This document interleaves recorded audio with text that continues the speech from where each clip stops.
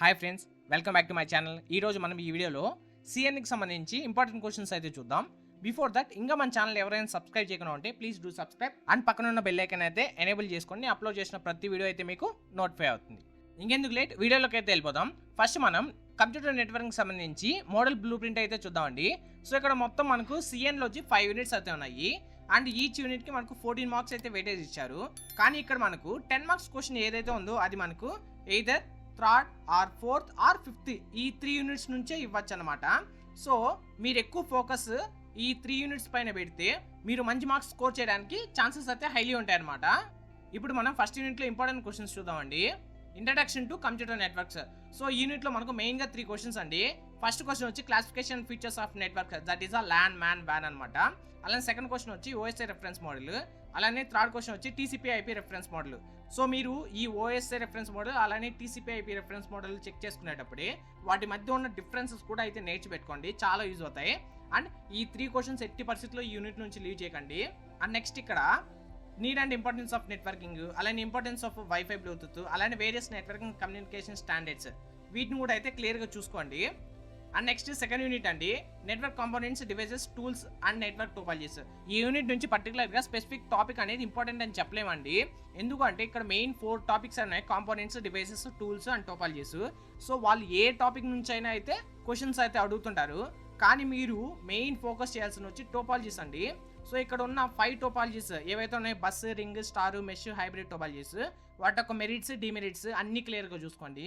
And then land tools కానీ, అలానే devices కానీ, కనెక్టార్స్ కానీ, కేబుల్స్ కానీ, వీటి యొక్క టైప్స్ ఏవి, అందులో టైప్స్లో ఏవేవి ఉంటాయి అండ్ వాటి డయాగ్రామ్స్ అయితే క్లియర్గా చూసుకొని మీరు యూనిట్లో అయితే థియరీ జోలికి వెళ్ళకండి.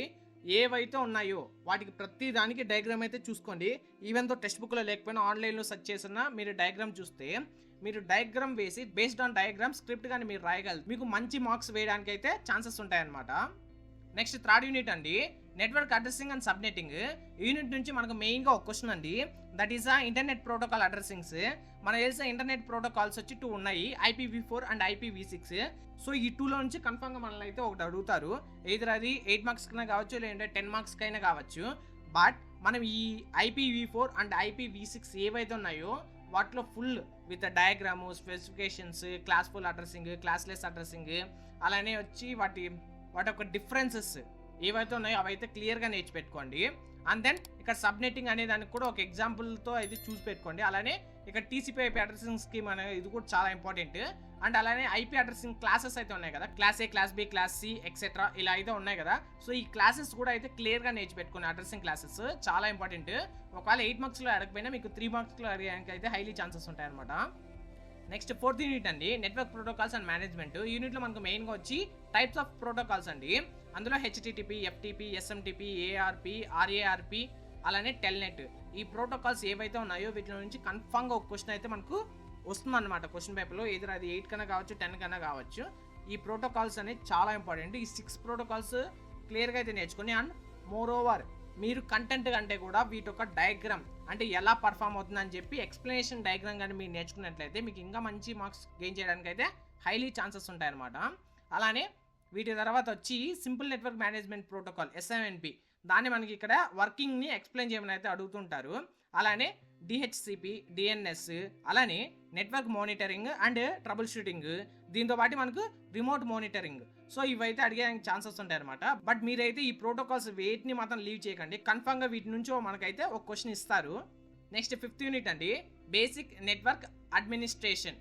సో యూనిట్లో కూడా మనకు స్పెసిఫిక్గా ఒక టాపిక్ ఇంపార్టెంట్ అని చెప్పలేమండి, ఎందుకంటే అన్ని explain, describe, discuss, analyse, so ఇలా అయితే ఉంటాయన్నమాట. కాబట్టి ఒక పర్టికులర్ టాపిక్ ఇంపార్టెంట్ అని చెప్పలేము. బట్ కొన్ని టాపిక్స్ ఏవైతే మెయిన్ టాపిక్స్ ఉన్నాయో ఆ టాపిక్స్ అయితే చూస్తే first thing network administration explain చేయమంటారు. సో ఈ క్వశ్చన్కి మీరు ఈ కింద ఈ 2 questions, need of network administration అలానే రెస్పాన్సిబిలిటీస్ ఆఫ్ నెట్వర్క్ అడ్మినిస్ట్రేషన్ ఉంది కదా. సో ఈ 2 కానీ మీరు నేర్చుకున్నట్లయితే ఆటోమేటిక్గా ఈ ఎక్స్ప్లెయిన్ అన్న క్వశ్చన్లో మీరైతే ఇంక్లూడ్ చేసేయచ్చు అనమాట. ఎయిదర్ ఈ 2 వచ్చినా మీరు 3 మార్క్స్ రాయగలుగుతారు, లేదు ఇది 8 మార్క్స్కి వచ్చినా మీరైతే రాయగలుగుతారు. అలానే working of device manager. So device manager ఎలా వర్క్ అవుతుందో అనలైజ్ చేయమంటారు. అలానే disk management tools and tasks చాలా ఇంపార్టెంట్ అండి ఇది. అండ్ దీంతో పాటు మనకు file system management, FSM. So ఇది కూడా చాలా ఇంపార్టెంట్. సో ఎట్టి పరిస్థితుల్లో ఈ 2 క్వశ్చన్స్ అయితే లీవ్ చేయకండి.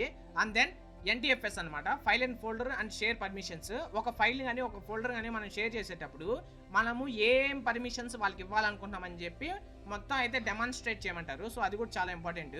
సో ఇన్నిట్లో మీరు వీటితో పాటు బ్రీఫ్గా చూడాలంటే installing, managing and configuration of printers, ఇది కూడా చాలా ఇంపార్టెంట్ అండి, అడిగే ఛాన్సెస్ ఉంటాయి. సో వీటిని అయితే క్లియర్గా చూసుకోండి. మోర్ దెన్ దట్ మీరు థియరీ పార్ట్ కంటే కూడా మీరు అయితే డయాగ్రామ్ పార్ట్ కానీ నేర్చుకున్నట్లయితే మీకు ఇంకా ఈజీగా ఉంటుంది. సో దానివల్ల అయితే మీకు మంచి మార్క్స్ గెయిన్ చేయడానికి అయితే హైలీ పాసిబిలిటీ ఉంటుంది. అండ్ దెన్ ఈ వీడియోలో మీకు ఎలాంటి డౌట్స్ ఉన్నా please mention in the comment section. And అలానే వీడియో నచ్చితే లైక్ చేయండి, షేర్ చేయండి, అలానే సబ్స్క్రైబ్ చేయడం మాత్రం మర్చిపోకండి. And finally thank you for watching.